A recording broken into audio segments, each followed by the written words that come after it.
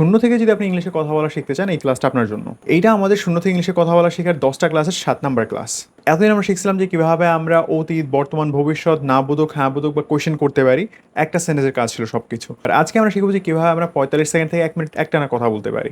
আপনি আগের ক্লাসগুলো না দেখলেও সমস্যা নেই, আপনি ক্লাসটা বুঝতে পারবেন। এবং এই ক্লাসের শেষে আগের ক্লাসগুলো দেখে নিন, লিঙ্ক আমি পিন কমেন্টে দিয়ে দিব। কোর্স শেষে এখান থেকে সবচেয়ে ডেডিকেটেড 3 জন স্টুডেন্টকে প্রাইজ মানি বা পুরস্কার দেওয়া হবে। ডেইলি হোমওয়ার্ক করতে এবং কনসিস্টেন্ট থাকতে নিচে পিন কমেন্টে একটা গুগল ফর্ম সেটাকে পূরণ করতে ভুলবেন না, এবং সেখান থেকে হোমওয়ার্ক গ্রুপগুলোতে জয়েন করতে ভুলবেন না। এবং রেগুলারলি ক্লাসের আপডেট এবং ভোকাবুলারি পাওয়ার জন্য আমাদের এই আইএলটিএস প্রোগ্রাম পেজটাতে যুক্ত হয়ে থাকেন। সো এবার শুরু করা যাক আমাদের মেইন ক্লাসটা। তো প্রথমে আমি যদি আগের ক্লাসগুলো একটা শর্ট রিক্যাপ দিই। প্রথম ক্লাসে আমরা শিখছিলাম যে সেন্টেন্স দুই টাইপের হয়। একটা হচ্ছে কাজের সেন্টেন্স, যেখানে আমি কোনো কাজের কথা বলি, যেমন I study English.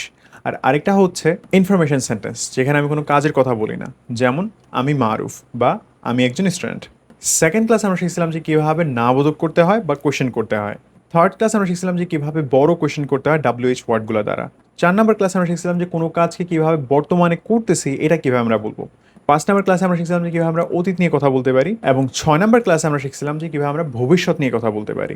So normally sentence মাঝে যা যা লাগবে এগুলো আমাদের শেখা হয়ে গেছে, কিন্তু আজকে আমরা শিখবো যে এই সবগুলাকে একত্র করে কিভাবে আমরা টানা কথা বলতে পারি অনেকক্ষণ। আজকে আমরা 6টা নতুন ওয়ার্ড শিখবো, যেগুলো আপনারা অলরেডি জানেন।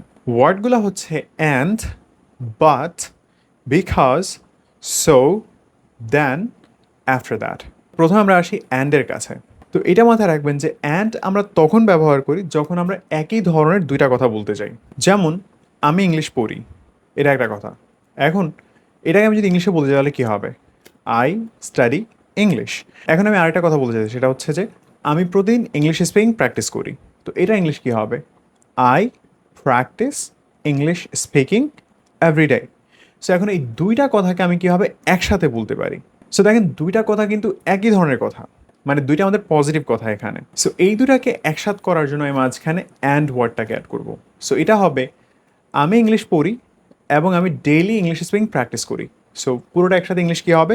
ওই যে দুইটা সেন্টেন্স আমরা বানাইছি এগুলোকে আমরা পাশে পাশে বসাই দেবো, শুধু মাঝখানে আমরা অ্যান্ড ওয়ার্ডটাকে অ্যাড করব।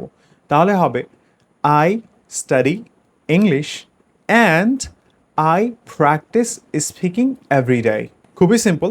ফার্স্টে একটা কথা বললেন, মাঝখানে অ্যান্ড বসাইলেন, সাথে রিলেটেড আরেকটা কথাকে আপনি বসাই দিলেন এখানে। সো একসাথে আপনার দুইটা কথা একসাথে হয়ে গেল। এবার সেকেন্ড ওয়ার্ডটা হচ্ছে বাট। বাট মানে হচ্ছে কিন্তু। সো এইখানে আপনি একটা লাইন মাথায় রাখেন, সেটা হচ্ছে আমরা যখন পাশাপাশি দুইটা বিপরীত কথা বলতে যাব তখন আমরা মাঝখানে বাট ওয়ার্ডটাকে ব্যবহার করব। যেমন মনে করেন আমি সেখানে যাব, ইংলিশে হবে I will go there. So এটার সাথে আমি আবার বলতে চাইছি যে আমি সেখানে যাব, আমি সেখানে থাকবো না। তা আমি থাকবো না ইংলিশ কী হবে? I will not stay. So এই দুটা কথাকে আমি যদি একসাথে বলতে যাই তাহলে হবে কি? আমি সেখানে যাব কিন্তু আমি সেখানে থাকবো না। এভাবে তো আমরা বলি নর্মালি দুটা বিপরীত কথা বলতে, মাঝখানে আমরা কিন্তু ওয়ার্ডটাকে ব্যবহার করি। সো আমি ইংলিশে সেই সেম কাজটাই করব, যে আই উইল গো দেয়ার কিন্তু I will not stay. So কী হবে? I will go there but I will not stay. আমি সেখানে থাকবো না। সো আরেকটা এক্সাম্পল হতে পারে, আমার ইংলিশ পারফেক্ট না কিন্তু এটা ইমপ্রুভ হচ্ছে। সো আমার ইংলিশ পারফেক্ট না, ইংলিশ কী হবে এটার? এখানে আমরা কিন্তু ইনফরমেশন দিতেছি, আমাদের ফার্স্ট ক্লাসে শিখাইছিলাম। সো কী হবে? মাই ইংলিশ, মাই ইংলিশের সাথে কী বসবে? থার্ড পারসন সিঙ্গুলার এটা। So is, my English is not perfect. Then হচ্ছে কি? কিন্তু। সো মাঝখানে বসালাম বাট। এটা ইমপ্রুভ হচ্ছে, ইংলিশ কী হবে? It is improving. So total কী হইল? My English is not perfect but it is improving. 3 নম্বরটা হচ্ছে বিকজ। এর অর্থ হচ্ছে কারণ। আপনি একটা কথা বলার পরে আপনি যদি এটাকে এক্সপ্লেইন করতে চান, কারণ দিতে চান, সেই ক্ষেত্রে আপনি বিকজ ওয়ার্ডটাকে ব্যবহার করবেন। যেমন মনে করেন আপনাকে কেউ জিজ্ঞাসা করলো তুমি কেন ইংলিশ পড়ো? সো সেই ক্ষেত্রে আপনি কী বলবেন? যে আমি ইংলিশ পড়ি কারণ ইংলিশ আমার ফিউচারের জন্য ইম্পর্টেন্ট, কথার কথা। সো এটাকে আপনি কীভাবে বলবেন? এখানে দেখেন দুইটা সেন্টেন্স, একটা হচ্ছে কি আমি ইংলিশ পড়ি, আরেকটা হচ্ছে কি যে ইংলিশ আমার ভবিষ্যতের জন্য ইম্পর্টেন্ট। সো আমি ইংলিশ পড়ি, ইংলিশ কী হবে? I study English.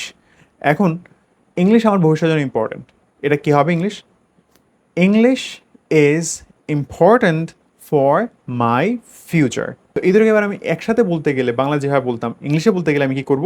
মাঝখানে দুটো সেন্টেন্সে আমি শুধুমাত্র বিকজ ওয়ার্ডটাকে অ্যাড করে দিব। তাহলে হবে I study English because English is important for my future. আমি ইংলিশ পড়ি কারণ ইংলিশ আমার ফিউচারের জন্য ইম্পর্ট্যান্ট। আমি সেখানে যাব কারণ আমি জায়গাটা পছন্দ করি। আই উইল গো দেয়ার। আমি সেখানে যাব কারণ ইংলিশ কি? বিকজ। আমি জায়গাটা পছন্দ করি, ইংলিশ কি? I like the place. So আমি সেখানে যাব কারণ আমি জায়গাটা পছন্দ করি, পুরোটা ইংলিশ হবে কি? I will go there because I like the place. এরপর ওয়ার্ডটা হচ্ছে সো। সো মানে হচ্ছে তাই বা সুতরাং। সো দ্বারা মূলত আমরা কোনো একটা অবস্থার বা কাজের ফলাফলটাকে বলি। তো বাংলাতে আপনি যেখানে তাই ব্যবহার করেন বা সুতরাং ব্যবহার করেন সেইখানে আপনি মেইনলি ইংলিশে সো ব্যবহার করবেন। যেমন মনে করেন আমার ইংলিশ দুর্বল, তাই আমি প্রতিদিন প্র্যাকটিস করি। সো এইখানে আমার ইংলিশ দুর্বল এর ফলে মানে এই যে একটা দুর্বল, এই কারণে আমি হচ্ছে এবার ইংলিশটা প্র্যাকটিস করতেছি। সো সেটাকে আমি যদি এবার ইংলিশে বলতে চাই তাহলে কি হবে? আমার ইংলিশ দুর্বল, ইংলিশ কি? মাই ইংলিশ ইজ উইক। সো এবার তাই এটা ইংলিশ কি বলছিলাম? So. So my English is weak. So এবার পরের পার্টটা কি? আমি প্রতিদিন প্র্যাকটিস করি।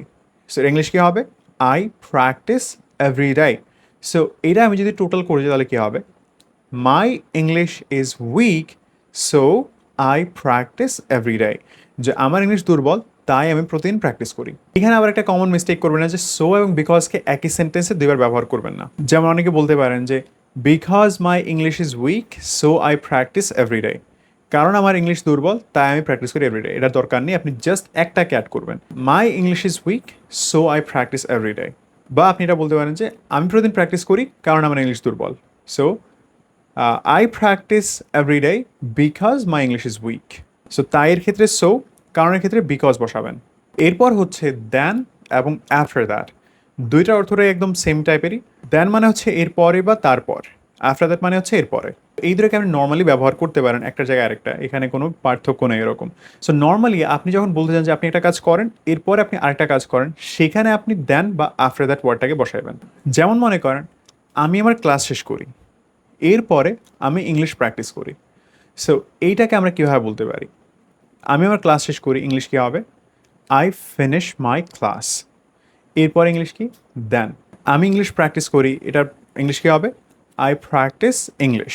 সো দুইটাকে একসাথে করলে কী হবে? যে আমি আমার ক্লাস শেষ করি তারপরে আমি ইংলিশ প্র্যাকটিস করি, এর ইংলিশ হবে I finish my class then I practice English. So মনে করেন এটার সাথে আমি আরেকটা ডিটেল অ্যাড করব, যে তারপরে আমি ভয়েস রেকর্ড করি। সো আমি ভয়েস রেকর্ড করি, ইংলিশ কী হবে? I record my voice. সেটাকে আমি যদি ফুলটা একসাথে বলি, I finish my class then I practice English after that I record my voice. মানে পাশাপাশি দুইবার দেন না বলে আমরা পরের বার আফটার দ্যাট বলতে পারি। এমন না যে দেন বলে আপনার ভুল হয়ে যাবে, বরং এখানে আপনি যদি আফটার দ্যাট ওয়ার্ডটাকে ব্যবহার করেন সেটা আরও সুন্দর শোনায়, মানে সেম ওয়ার্ডটাকে আমরা বারবার ব্যবহার করা লাগে না আর কি। সো এখানে দেখেন আমাদের ছোট ছোট সেন্টেন্সগুলোকেই কিন্তু আমরা কানেক্ট করে একটা বড় সেন্টেন্স তৈরি করে ফেললাম।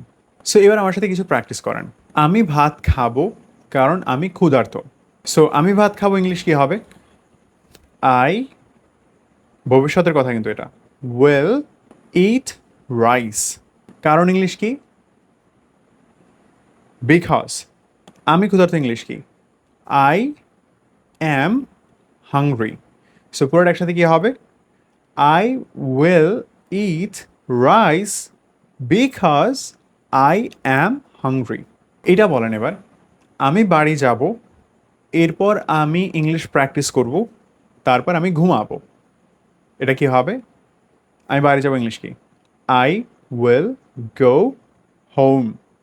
এরপর আমি ইংলিশ প্র্যাকটিস করব, ইংলিশ কী হবে?